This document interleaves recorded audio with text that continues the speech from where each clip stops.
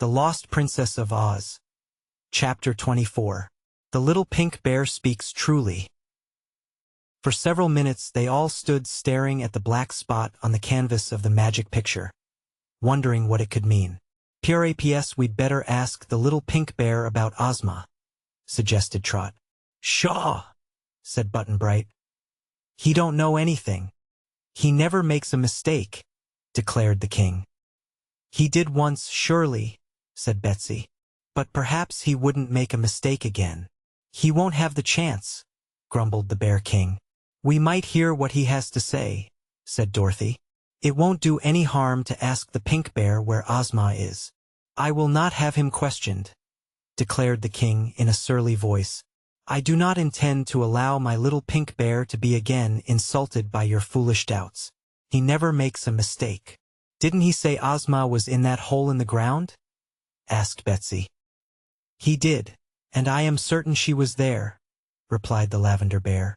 Scraps laughed jeeringly, and the others saw there was no use arguing with the stubborn Bear King, who seemed to have absolute faith in his pink bear.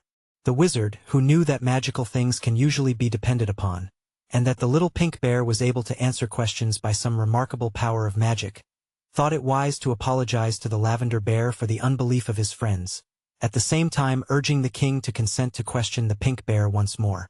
Cake and the Frogman also pleaded with the big bear, who finally agreed, although rather ungraciously, to put the little bear's wisdom to the test once more. So he sat the little one on his knee and turned the crank, and the wizard himself asked the questions in a very respectful tone of voice. "Where is Ozma?" was his first query. "Here, in this room," answered the little pink bear. They all looked around the room, but of course did not see her. "In what part of this room is she?" was the wizard's next question. "In Button-Bright's pocket," said the little pink bear.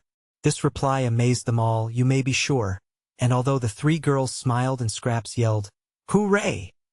in derision, the wizard seemed to consider the matter with grave thoughtfulness. "In which one of Button-Bright's pockets is Ozma?"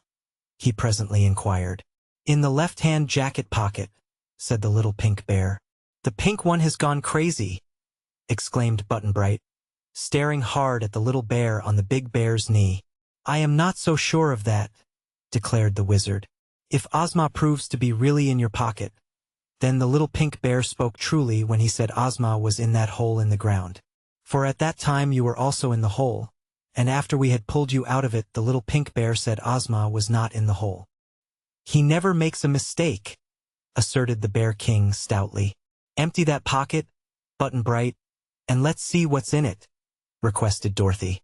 So Button-Bright laid the contents of his left jacket pocket on the table. These proved to be a peg top, a bunch of string, a small rubber ball, and a golden peach pit. "What's this?" asked the wizard, picking up the peach pit and examining it closely. "Oh," said the boy. "I saved that to show to the girls and then forgot all about it.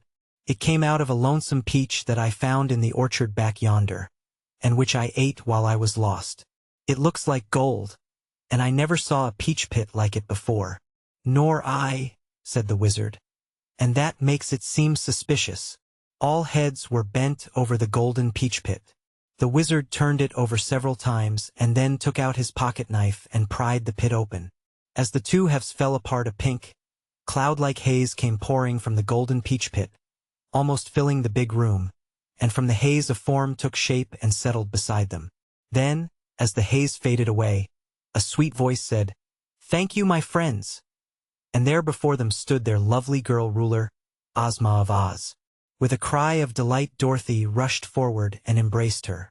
Scraps turned gleeful flip-flops all around the room. Button-Bright gave a low whistle of astonishment. The Frogman took off his tall hat and bowed low before the beautiful girl who had been freed from her enchantment in so startling a manner. For a time no sound was heard beyond the low murmur of delight that came from the amazed group, but presently the growl of the big Lavender Bear grew louder, and he said in a tone of triumph, "He never makes a mistake."